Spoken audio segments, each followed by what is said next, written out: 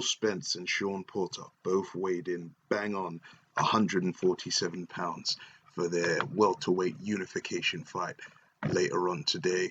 Ladies and gentlemen, you're watching Remstar Says So.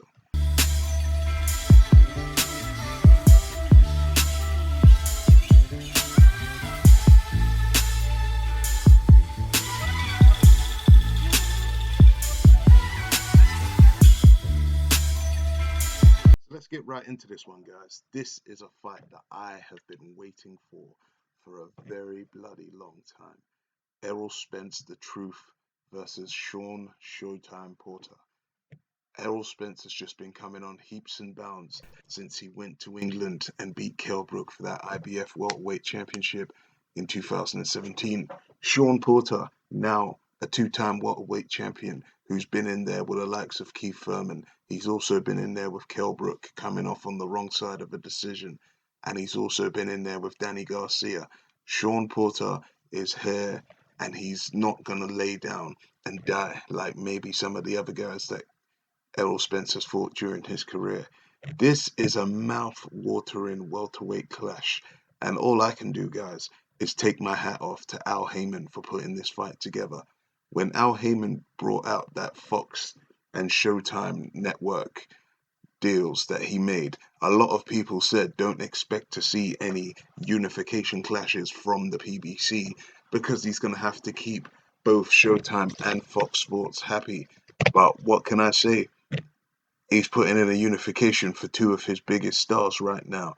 Errol Spence Jr., a lot of people think he is the king at 147. And Showtime Sean Porter, a guy who's been in there with the biggest and the best of fighters during his career. I'm just going to get straight into this one, guys. I'm going to give you my prediction at the beginning, and then I'm going to break down why. I'm going for Errol Spence. I'm going for Errol Spence on points. And I think the reason why is because I think Errol Spence is a much bigger person. Errol Spence somehow crams his body down to make 147 every time he fights. Sean Porter is a big guy, but Errol Spence is a beast. Errol Spence, I believe, is 5'10". Now, 5'10" for the 147-pound division. That is like freakishly big. Sean Porter isn't a slouch himself at 5'7", but those extra 3 inches in height is definitely going to come into play some sort of advantage at some point. Also, Errol Spence on the scales, on the face-offs, he just looks so much bigger than Sean. He looks like he's just going to inflict his will at times. I've been seeing a lot of people saying that Errol Spence is going to knock out Porter. I don't think he will, but I wouldn't be shocked if he did. I think the only reason why I'm not picking him for the knockout is because he didn't get it against Mikey Garcia. And Mikey Garcia was coming up from one weight division. I'm not really one of those people that runs around believing the hype about Mikey coming up 2 weight divisions, simply because Mikey Garcia had a world championship at 140 pounds. Now, the only reason why Mikey Garcia held that belt is because he came up because he was too scared to fight Lomachenko. But that's a different story for a different day. So he came up to 147 from 140. Forget all this 135 2-weight divisions. It's absolute fucking bollocks, mate. Mikey Garcia came up 1-weight division. But Errol Spence, a lot of people accuse him of being a weight bully. But at the same time, I can't say that Errol Spence is a weight bully. The reason why I'm saying that is because Errol Spence has never struggled to make weight. In Sean Porter's last fight against Ugas, or whatever the hell that guy's name was, Sean Porter had to weigh in 3 different times and cut off his cane rows because he was struggling to hit that weight. Errol Spence has never, as far as I know, had to reweigh. And if he has, must have been a long time ago. He's very disciplined in his approach, and he's very methodical in his fights. I'm picking Errol Spence for this one, guys. If you don't agree with me, well, that's your business. When I'm looking at Sean Porter's CV right now, I'm looking at wins against Danny Garcia, a win against Adrian Granado, a win against Andre Berto. Very credible wins, but he also has the loss against Thurman. He also has the loss against Kell Brook. He did beat a very aging Paulie Malignaggi when he retained his IBF title back in 2014. He beat Devin Alexander for the championship as well. I do think Sean Porter fought I do think Sean Porter was supposed to fight Adrian Broner at some point, but I don't think it ever happened. But back to the fight at hand, I just think Errol Spence is going to be too much for him. Let's not forget as well, guys, Errol Spence is a natural southpaw as well. And that means that Sean Porter's going to have to really be about his business. Everybody knows if you want to come up good against a southpaw, you're going to have to keep a high jab, a jab above the right hand of the southpaw. And I think it's always harder fighting a southpaw because southpaws are used to fighting orthodox fighters. There's probably 90, I would say probably 90% of boxers are orthodox right hand swingers, where in comparison to, how many people in professional boxing are actually southpaws. Southpaws will always have the advantage because a southpaw trains every single day of his life fighting against orthodox fighters.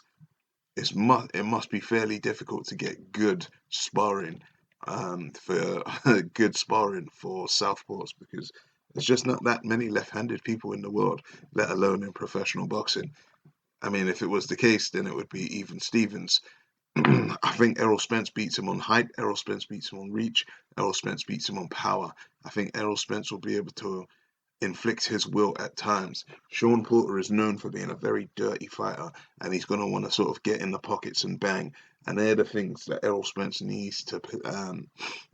really needs to look out for. He doesn't want to fall into Sean Porter's traps. Sean Porter can make it a real dogfight. Sean Porter, I think, comes from amateur American football and amateur wrestling background, and he's really used to like a lot of big rough and tumble. Keith Thurman already said when he fought Sean Porter, there was times when Sean Porter was allowed to fight his fight. Errol Spence should not allow Sean Porter to fight his way at any given time. I do think that this is Errol Spence's moment to step up and take this championship, but I don't think it's going to be as easy as what some people are saying. I was watching a video on 78 Sports TV earlier today, salute, and there was a few people in the comments saying that they think Spence is going to blast out Porter in 4 rounds. I don't see that at all. I think Sean Porter's got a very sturdy chin, and I think that he's there and he can handle himself. But then again, Sean Porter has never fought a guy on the level of Errol Spence's punches. Or maybe you could argue that he did against Kell Brook, and look at what happened when he did. Kell Brook and Errol Spence are very similar in size, and Sean Porter didn't have the best night that night, and I don't think he's going to have the best night tonight either. I don't think Sean Porter has enough in his tank to get this one done. I think Sean Porter's a good fighter, but I think Errol Spence is elite. And maybe Porter might be elite as well, but I think that Errol Spence is the king of that 147 division. As long as Errol Spence gets the job done, the next fights he's going to be looking at is the Pacquiao fight. I think we can just forget about the Crawford fight. Bob Arum and Al Heyman do not like each other. They don't like their fighters crossing the street to get it on, and it only happens in very special situations.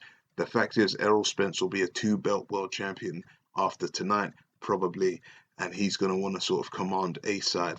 The other issue is Terence Crawford, as much as he was an undisputed champion at 140, Terence Crawford is not a big draw.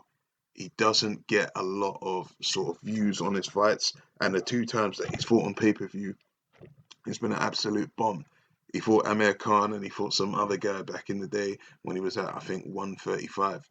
Terence Crawford wants to get a 50-50 split, and it's not going to happen. And Errol Spence's brand is just growing. The thing is with Errol Spence is there's so many other fighters that he can fight, especially if he becomes a two-belt champion. On his side of the street, the PBC, he could look at making a fight with Pacquiao, of course, Danny Garcia. He could look at fighting Keith Thurman, finally. There's a lot of guys over there. He could possibly even give a rematch to Kell Brook. I'm sure Eddie Hearn wouldn't mind sacrificing. Kell Brook's a free agent. Kell Brook doesn't even have to pay those. He hasn't got to pay those promotional 20% fees anymore. There's a lot of things for Errol Spence. Terence Crawford should never have signed that contract agreement extension with Bob Arum, but it is what it is. Anyway, this is about Spence versus Porter. I'm picking Spence to win. I'm not going to say what the decision is. I'm not going to say unanimous, split, majority, whatever, but I'm picking Spence to win on points. I don't know if it's going to be unanimous, split, majority, but for me, Errol Spence's hand will be raised and Sean Porter will be relieved of that WBC green belt. I think that the world is Errol Spence's oyster. The rumoured purses for this fight is £2 million guaranteed each, and then upside. I haven't been able to find out any sort of information on what the upside is as long as they break even. But if I was a betting man, I would probably suggest that Errol Spence will probably get more than 50% of this. This is Errol Spence's second pay-per-view and second in a row. Actually, you could say it's Errol Spence's third pay-per-view because when he came over here to fight Kell Brook, that was a Sky Sports box office pay-per-view fight. But it's his second pay-per-view in a row in America, and Errol Spence is really starting to turn into the star that I always thought he could be. I think Sean Porter's going to have to make it a dogfight from start to end, and I just hope that Sean Porter's got enough in the tank. I think Errol Spence, being the bigger guy with the longer reach and stronger, won't have to exert as much energy. But if Sean Porter can get in the pockets and bang, you don't know, you don't know. But the thing is, Errol Spence does have a good defense. I think Errol Spence is a lot better than people think he is because he's just known for going and blowing guys out. But he showed during the Mikey Garcia fight that he can damn box. I think if Sean Porter loses, he might as well go up to 154 because I think he's finished at 147. If Errol Spence wins, it's just game on, man down. That's my prediction, guys. Anyway, hit like, hit subscribe, leave me a comment. Let me know who you think's coming away with these two belts tonight. That's the end of the show because Rem Star says so. Thanks.